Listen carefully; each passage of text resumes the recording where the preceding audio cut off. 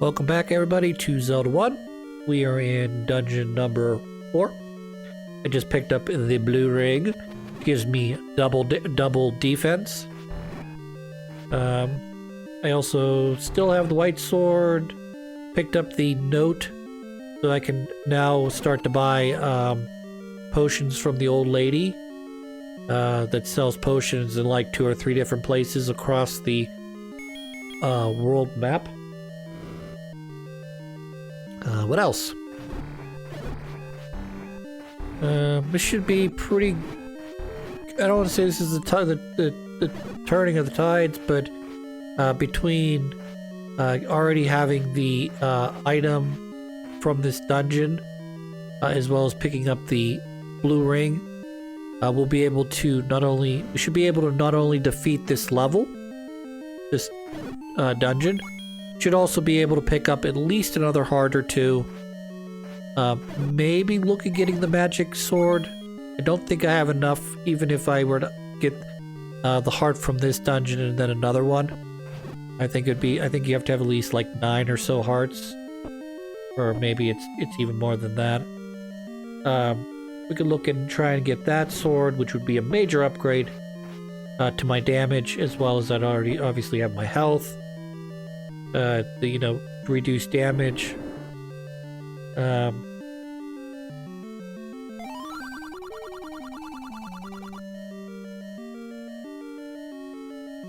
to think what's after that. I mean, most of the other upgrades in the game are going to come via the dungeons. For instance, the red candle that gives you unlimited uses of the candle. That'll be a dungeon. There'll be a magic rod. That'll be a dungeon. There'll be a book that'll upgrade that rod. That's a dungeon. There's also an upgrade to my arrow, upgrade to my defense, unlimited use, what they call the lion's key, which is unlimited uses of key. Those are in a dungeon. So I don't think there's really much more that needs to be collected other than the magic sword. And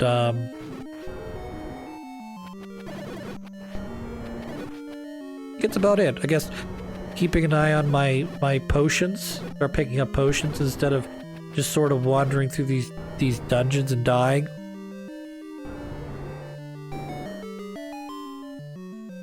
So what we need to do, we need to take our sword and we need to firmly plant it into this dragon's head. Ideally also avoid that. That would be great. Alright, we did it. Pretty simple, right?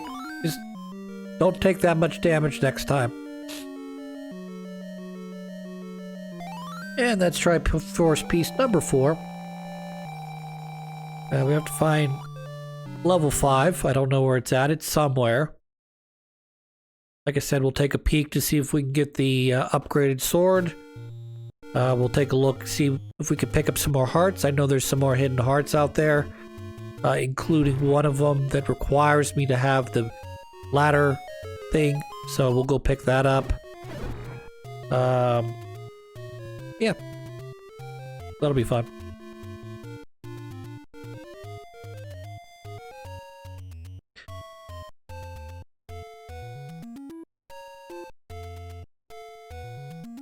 Like a little garage. It's like a little pyramid with like a garage opening for you to go into. Just park your cars. Isn't that nifty?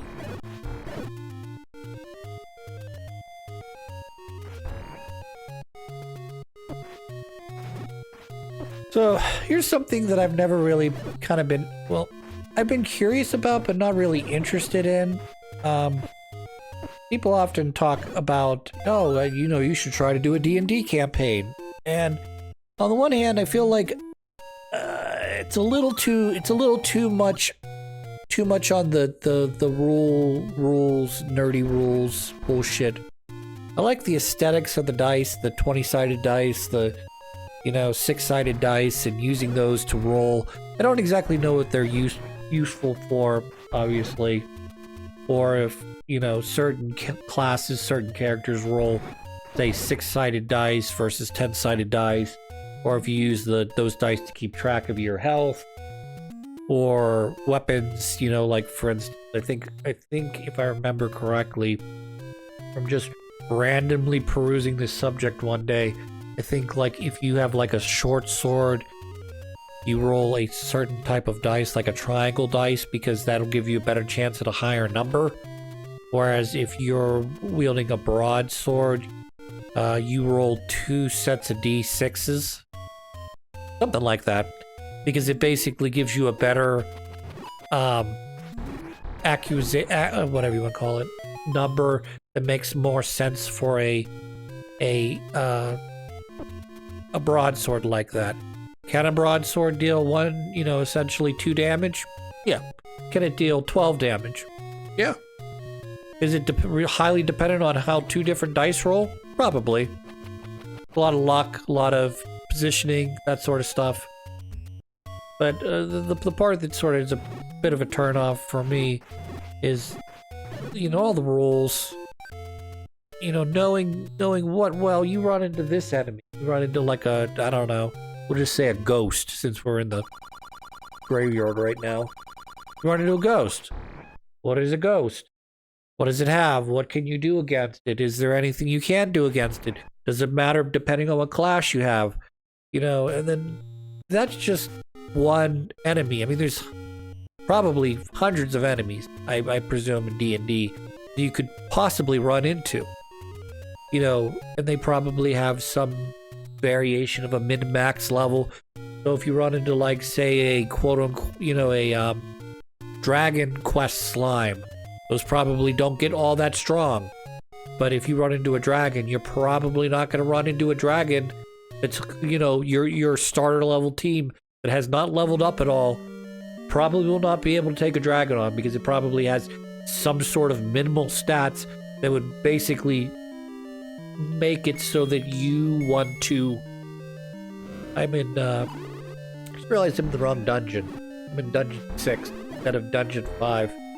Which means I'm probably going to die very quickly. So you can start to see why people don't like these guys. But when you have Big Shield, it doesn't seem to really matter, because their magic attacks just bounce off of this. As long as you're patient, if you will.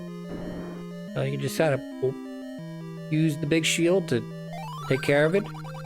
Aim at the eyes of Goma. Goma is a boss enemy, I believe. He's trying to give you a hint of how do you defeat this guy quickly. You shoot him in his eye with the bow and arrow. Hooray. But, I don't know. I just kind of thought that the concept of like, maybe it's because it's, you know, I was used to playing board games as a kid, you know, and whether you played Trouble or you played like a Monopoly, you know, you're familiar with your 6-sided dice, whether you roll 1 6-sided dice or you roll 2 6-sided dice, you know. But then, like, you introduce the triangle dice, you know, the 8-sided dice, the 20-sided dice. You know, that stuff's kind of interesting. Like, how do you incorporate that? I understand the reason you have these dice is so that you give it some amount of randomness so that the game plays differently. So even if your character's super great, you could roll a natural 1, which, you know, is essentially like a failing roll. But there's also the possibility that the Dungeon Master, depending on, again, I don't know enough about D&D, could possibly roll a natural 1 as well. Or he or she could lie and say, well, I rolled a 2, you know, minor damage, even if that person didn't necessarily roll that, just because sometimes you need to be given the benefit of the doubt. Also, fuck this room. There's leveled up wizard robes. There's regular sized wizard robes. And I've got the likes I gotta keep away from eating my shield.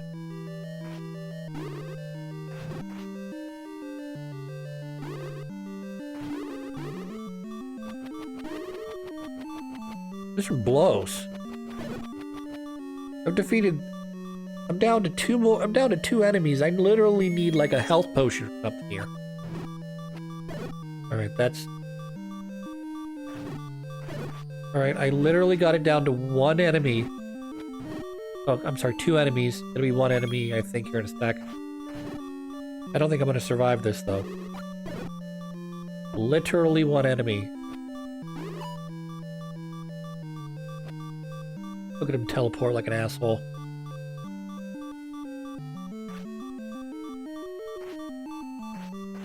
Yep, I'm gonna die.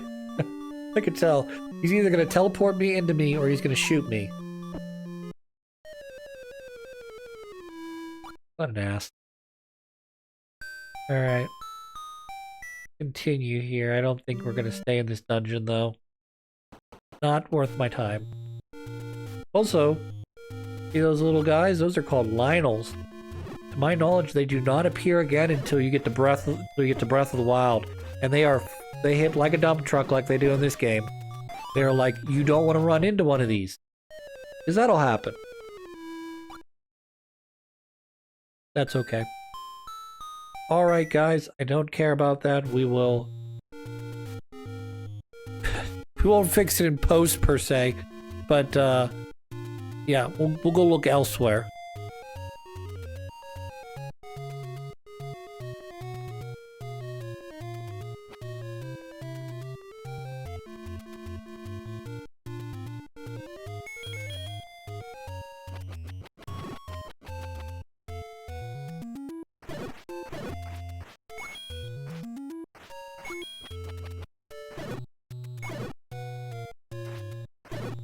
You guys are pretty generous with their rupees. Their rupee drops, if you will.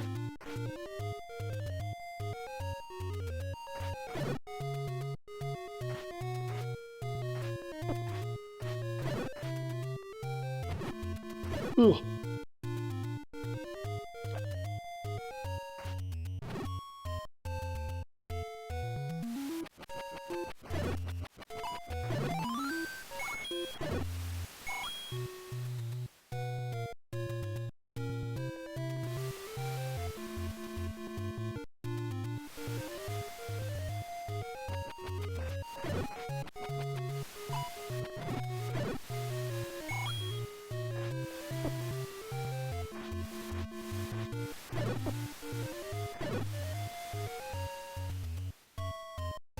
Yeah, so we're gonna go pick up that heart that's back here with the, that I need the bridge for, or the ladder for.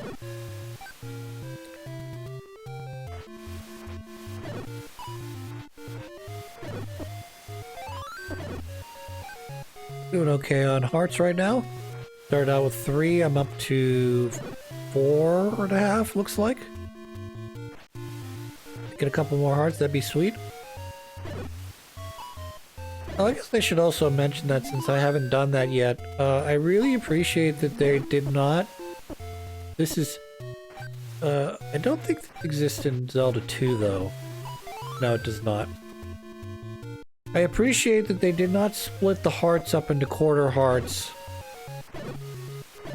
I know that's sort of... It was probably easier to do on the SNES. Because you probably had more to work with there, both in space as well as graphics. But it's nice to walk into a hidden area and pick up a heart. And it's just a whole fucking heart. Instead of having to like really search around and dig and puzzle your way to a quarter heart, a half heart, a 3/4 heart. To ultimately get 1 full heart out of it, but I guess there's a trade-off to that, isn't there?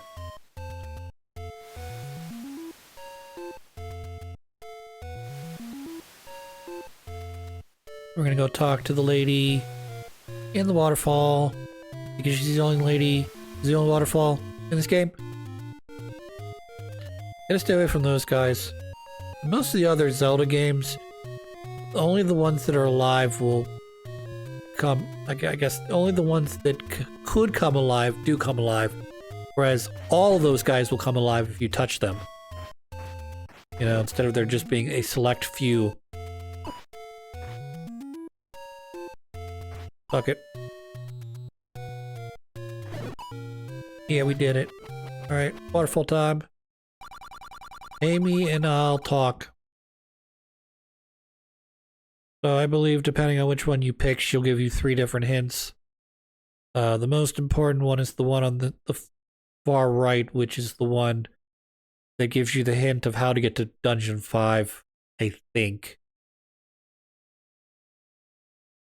So go up the mountain ahead. Alright, so that's apparently not this one, I don't think, because we already got this. I think that's a hint for the area directly to my right. So I think I'll also take a look around. Because there's lots to see, lots to do, lots to pee. And poo, I suppose.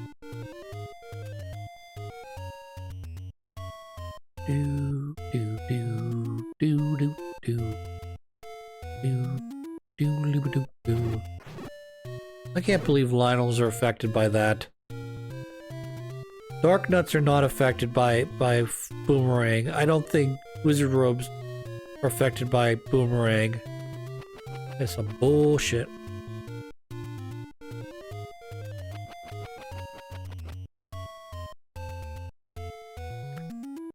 So we're actually getting near the last area of the game.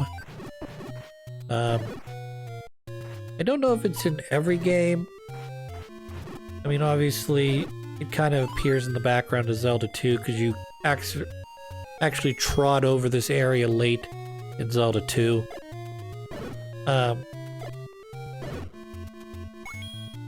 But I know it exists in Link to the Past. This is what's known as Spectacle Rock. We've got 2 rocks that kind of look like glasses a little bit. And inside Spectacle Rock, in this case, is the final dungeon, which they will not allow me to go any deeper than this second board until I've gotten all of the Triforce pieces. It's just basically to prevent you from coming in here with only 3 hearts and trying to speedrun the game in under 15 seconds. But there's a Spectacle Rock in Zelda Link to the Past as well.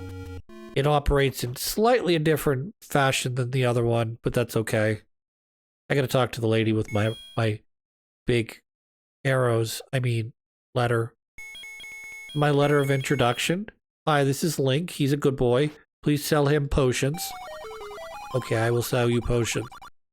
Since you are such a good boy. I will also share this information with all the other grandmas in this area so that they will also sell you potions.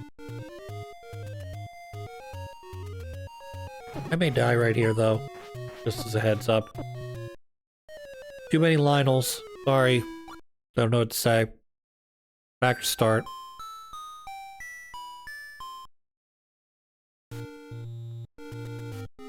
Alright, we will go to the fairy fountain, I guess. Get ourselves powered up, and then we'll take a run at the level 5 dungeon.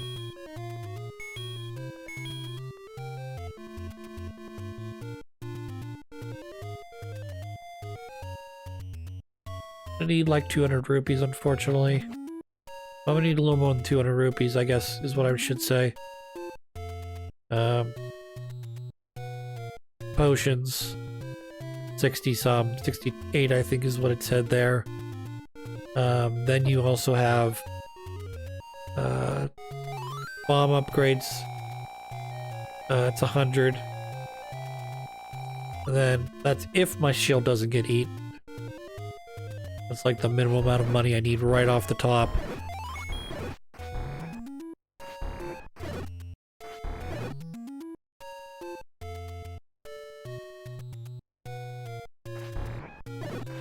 Hi, Ring. Hurrah. Buy something, will ya? Yeah, I don't need bombs. I already have a shield. I already got arrows. I don't need none of your shit. I do also appreciate that this game is generous enough that if you get hit the first time and it takes a half heart, it does not say, oh, well, you took a half heart of damage. That means that you can no longer use your beam sword. Now the game's like, no, you gotta lose a full heart before your beam sword disappears. So remember that hint she said about going up the mountain? That's what we're gonna do. We go straight up until we hit the dungeon. One more. Alright, we did it. Dungeon. We reached dungeon 5 now. This dungeon kinda sucks because I have to fight some dark nuts.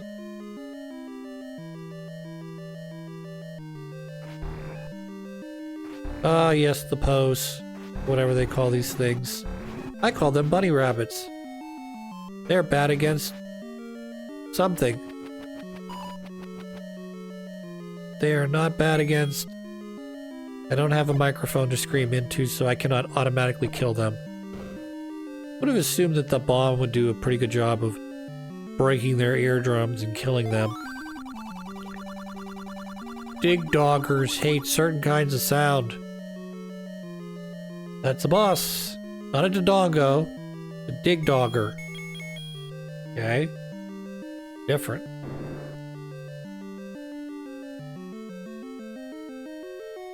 Suppose if I was playing this back in the day, I would have my little manual and I'd open it up and go, ooh, that guy's disgusting looking.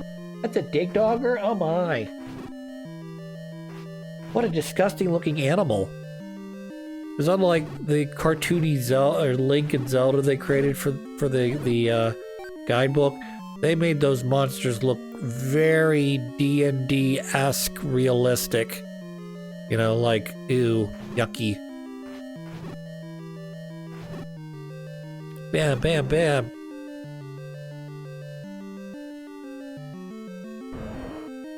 Oh, good. Hello, sir. I know I don't actually have to fight you because there's an open door here, plus a key door up there, so I should be able to avoid you if I don't want to fight you. Yo! Also, stop running into your fire, Chris. It's stupid. You're stupid.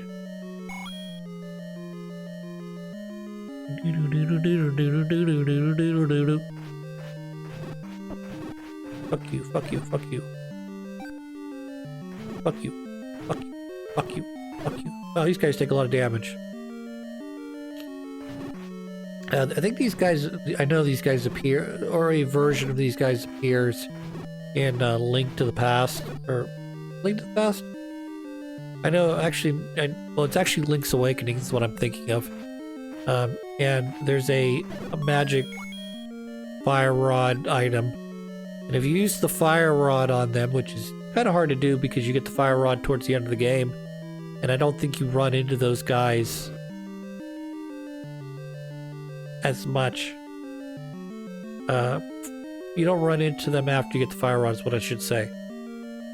But if you take the fire rod and you hit them with the fire rod, it'll actually burn off their bandages, and they go from being a mummy to a Stalfos. And they're a lot easier to kill when you do that. This one is shaped like a snakehead, I guess? Kind of looks like a snake with its mouth open, but it's got like an underbite or something. Or maybe like an eagle? I don't know. I'm kind of using my imagination right now.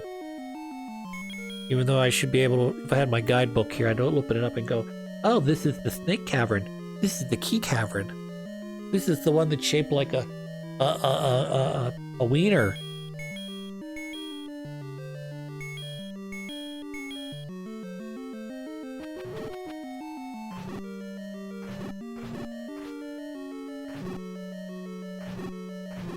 These guys take a lot of damage, which means that as soon as I get my upgraded magic sword, these are going to go down from 3 hits to 2. That guy's carrying a bomb in his balls. In his belly. Little belly bomb. Like, you know, that pie you ate was a bomb.